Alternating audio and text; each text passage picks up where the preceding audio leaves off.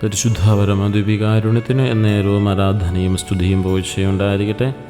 പരിശുദ്ധ പരമദ്വീപികാരുണ്യത്തിന് എന്നേരവും ആരാധനയും സ്തുതിയും പോഴ്ചയുണ്ടായിരിക്കട്ടെ.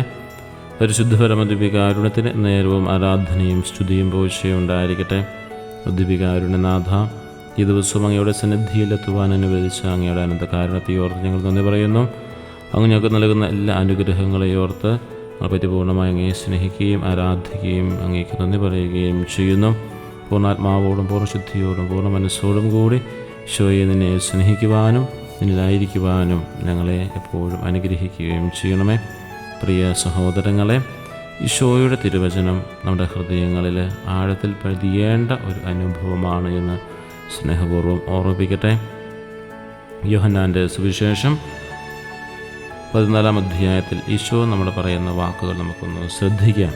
യോഹന്നാൻ സുവിശേഷം 14:15.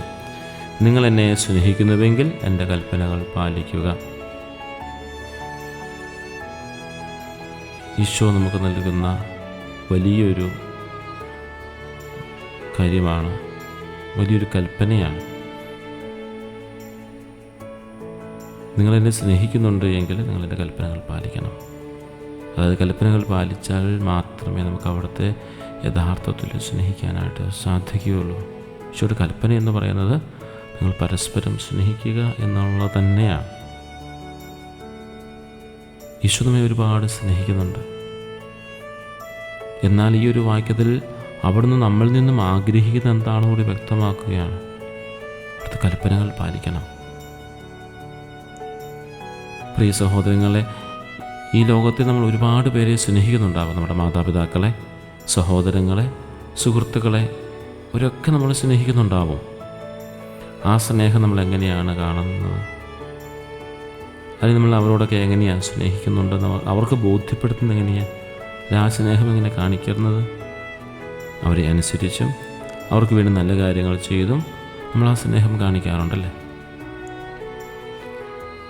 നമ്മുടെ വ്യക്തിയെ സ്നേഹിക്കുന്നുണ്ട് എങ്കിൽ, നമ്മുടെ അപ്പനമ്മയും നമ്മൾ സ്നേഹിക്കുന്നുണ്ട് എങ്കിൽ അപ്പനമ്മയും പറയും നമ്മൾ അനുസരിക്കും. അവർ പറയുന്ന എന്തും നമ്മൾ അനുസരിക്കും. നമ്മൾ സുഹൃത്തിനെ സ്നേഹിക്കുന്നുണ്ട് എങ്കിൽ അവരെന്ത് ആഗ്രഹത്തിൽ നമ്മൾ കൂടെ നിൽക്കും.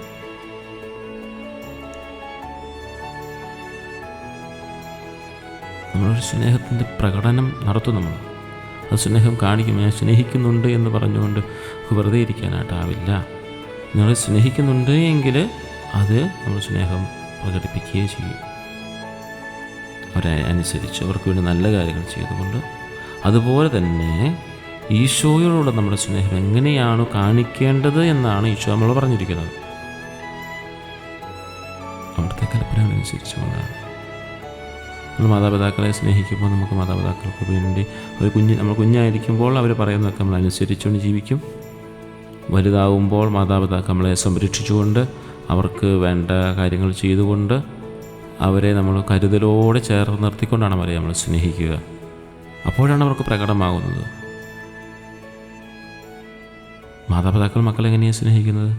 അവർക്ക് വേണ്ടി അധ്വാനിക്കുന്നു, അവർക്ക് വേണ്ടി രാപകളില്ലാതെ അധ്വാനിച്ച് അവരെ വളർത്തുന്നു, നല്ലപോലെ പഠിപ്പിക്കുന്നു, തെറ്റുകൾ തിരുത്തി കൊടുക്കുന്നു, അവരെ സ്നേഹത്തോടെ ചേർത്ത് നിർത്തുന്നു, അവർക്ക് നന്മകൾ പറഞ്ഞു കൊടുക്കുന്നു. ഇതെല്ലാം ചെയ്തു കൊടുക്കുമ്പോൾ എന്താവും?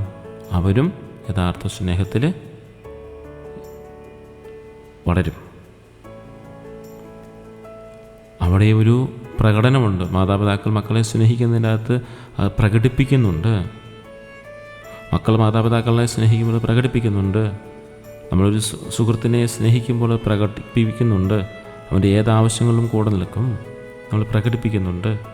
ഈ പ്രകടിപ്പിക്കാത്ത സ്നേഹത്തെക്കുറിച്ച് അല്ല ഇവിടെ പറയുന്നത്. ഈശോ പറയുന്നതാണ്, നിങ്ങളെങ്ങനെ സ്നേഹിക്കുന്നുണ്ട് എങ്കിൽ നിങ്ങൾ എൻ്റെ കൽപ്പനകൾ അനുസരിക്കുന്നു.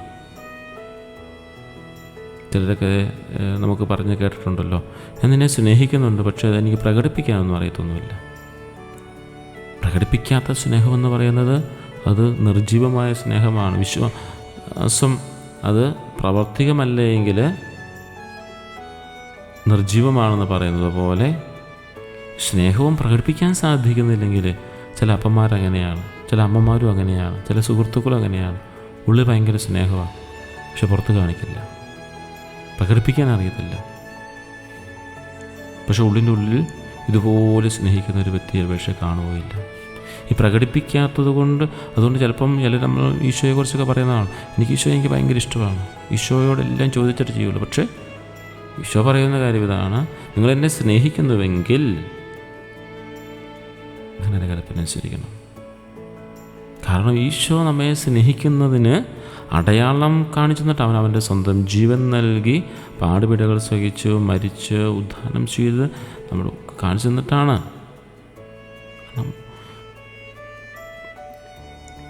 അതുകൊണ്ട് ഈശോയെ നമ്മൾ സ്നേഹിക്കുന്നുണ്ട് എങ്കിൽ അടുത്ത കൽപ്പനകൾ പാലിച്ചുകൊണ്ട് ആ സ്നേഹത്തെ നമ്മൾ പ്രകടമാക്കേണ്ടതായിട്ടുണ്ട്. ഈ ലോകത്തിൽ ആരും നമ്മെ സ്നേഹിക്കുന്നില്ലെന്ന് തോന്നുമ്പോൾ, ആരും നമ്മോടൊപ്പം ഇല്ലെന്ന് തോന്നുമ്പോൾ ഈശോയുടെ ഈ വാക്കുകൾ നമ്മളെ ആശ്വസിപ്പിക്കും. ഈശോയുടെ കൽപ്പനകൾ നമ്മെ ഭയപ്പെടുത്താനല്ല എന്നുകൂടി നമ്മൾ മനസ്സിലാക്കണം, മറിച്ച് നമ്മളെ സന്തോഷിപ്പിക്കുവാനും നമ്മളെ സ്വതന്ത്രരാക്കാനും വേണ്ടിയാണ്. അവിടുത്തെ കൽപ്പനകൾ അനുസരിക്കുമ്പോൾ നമ്മുടെ ജീവിതത്തിനൊരു പുതിയ അർത്ഥം ലഭിക്കുന്നു. ആ സ്നേഹം നമ്മളെ ധൈര്യപ്പെടുത്തും, ആ സ്നേഹം നമ്മളെ ശക്തിപ്പെടുത്തും, ആ സ്നേഹം നമ്മളെ സൗഖ്യപ്പെടുത്തും.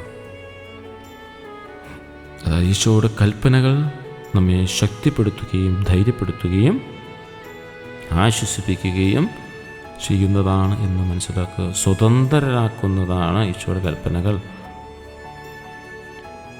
ഈശോയുടെ കൽപ്പന സ്നേഹിക്കാനായിട്ടാണ് പറയുന്നത്. നമ്മുടെ ജീവിതത്തിൽ നമ്മൾ പല വേദനകൾ കടന്നു പോകുമ്പോഴും അനുസരിക്കണമെന്ന് പറയുമ്പോൾ, അല്ലെങ്കിൽ സ്നേഹം പ്രകടിപ്പിക്കണമെന്നൊക്കെ പറയുമ്പോൾ പലപ്പോഴും നമുക്ക് അംഗീകരിക്കാൻ പറ്റില്ല. കാരണം ഒരു സ്വാർത്ഥതയുടെ ഒരു ഭാവം നമുക്കെല്ലാ മനുഷ്യർക്കും ഉണ്ട്. നമ്മുടെ കാര്യം ഒന്ന് കഴിഞ്ഞതിന് ശേഷമാവട്ടെ എന്നുള്ളത്. ഈശോയുടെ ഒരു ശൈലി വ്യത്യസ്തമാണ്. ഈശോ നമ്മെ പഠിപ്പിച്ചൊരു ശൈലി വ്യത്യസ്തമാണ്. ഒരു ക്രൈസ്തവ ചൈതന്യം വ്യത്യസ്തമാണ്. സ്വയം പരിത്യജിച്ച് മറ്റുള്ളവർക്ക് വേണ്ടി ആയിത്തീരുന്നൊരു സ്നേഹമാണ്. ഈശോ കാൽവരിയിൽ നമുക്ക് കാണിച്ചു തന്ന സ്നേഹം അതാണ്. കാൽവരിയിലെ സ്നേഹത്തിൻ്റെ പാരമ്യത്തിൽ നിന്നാണ് ഈ സ്നേഹത്തിൻ്റെ പ്രകടനത്തെക്കുറിച്ചുള്ള മനസ്സിലാക്കുന്നത്. ആത്മാർത്ഥമായി സ്നേഹിക്കുന്ന സുഖത്തിന് വേണ്ടി എന്തും ചെയ്യാൻ നമ്മൾ തയ്യാറാവും. അങ്ങനെയെങ്കിൽ നമുക്ക് വേണ്ടി ജീവൻ ബലിയർപ്പിച്ച, നമ്മുടെ പാപങ്ങൾക്ക് വേണ്ടി ബലിയായി തീർന്ന ഈശോ നമ്മൾ എത്രമാത്രം ആഴങ്ങളിൽ സ്നേഹിച്ച് അനുസരിക്കേണ്ടതായിട്ടുണ്ട്. അവിടുത്തെ കൽപ്പനകൾ നമ്മൾ എത്രമാത്രം ആഴത്തിൽ സ്വന്തമാക്കി അത് മുന്നോട്ട് കൊണ്ടുപോകേണ്ടതായിട്ടുണ്ട്.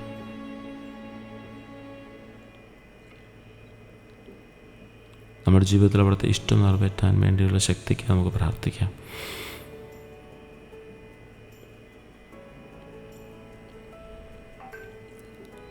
ഈശോ ഈ പറയുന്ന സ്നേഹം നമുക്കറിയാം, അത് മറ്റുള്ളവരെ കൂടി രക്ഷയിലേക്ക് ചേർത്ത് നിർത്തുന്ന സ്നേഹമാണ്. മറ്റുള്ളവരെ കൂടി രക്ഷയിലേക്ക് ചേർത്ത് നിർത്തുന്ന സ്നേഹമാണ്. മക്കളെ, മാതാപിതാക്കളെ, സഹോദരങ്ങളെ, നമ്മൾ കണ്ടുമുട്ടുന്ന ഓരോ വ്യക്തികളെയും ഈശോയുടെ സ്നേഹത്തിലേക്ക് ചേർത്ത് നിർത്തുന്നതാവാനായിട്ട് നമുക്ക് പ്രത്യേകമായിട്ട് പരിശ്രമിക്കാം. ഇന്നേ ദിവസം ഈ ദിവ്യകാരുണ്യത്തിന് മുമ്പിൽ ഇരുന്നുകൊണ്ട് നമുക്ക് തീരുമാനമെടുക്കേണ്ടതാണ്. ഈശോയെ നിന്നെ ഞാൻ സ്നേഹിക്കുന്നുണ്ട്, അത് എങ്ങനെയാണെന്ന് എൻ്റെ ജീവിതത്തിലൂടെ, ഇന്നത്തെ ജീവിതത്തിലൂടെ ഞാൻ പ്രകടമാക്കുവാനായിട്ട് ആഗ്രഹിക്കുകയാണ്.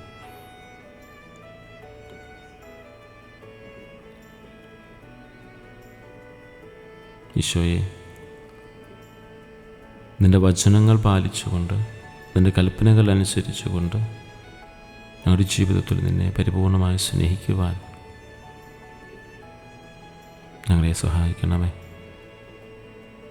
നിൻ്റെ കൽപ്പനകൾ ഞങ്ങളെ ഭാരപ്പെടുത്തുന്നതല്ല എന്ന് ഞങ്ങൾ മനസ്സിലാക്കുന്നു. ഞങ്ങളെ സ്വതന്ത്രരാക്കുന്നതും കൂടുതൽ സന്തോഷിപ്പിക്കുന്നതും ഞങ്ങളെ കൃപകളാൽ നിറയ്ക്കുന്നതുമാണെന്ന് ഞങ്ങൾ മനസ്സിലാക്കുന്നു.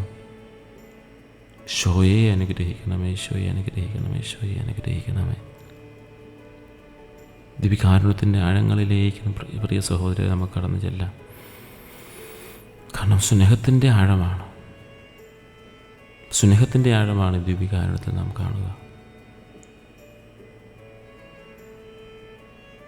നമ്മുടെ എല്ലാ നിയോഗങ്ങളും നമുക്ക് സമർപ്പിക്കാം.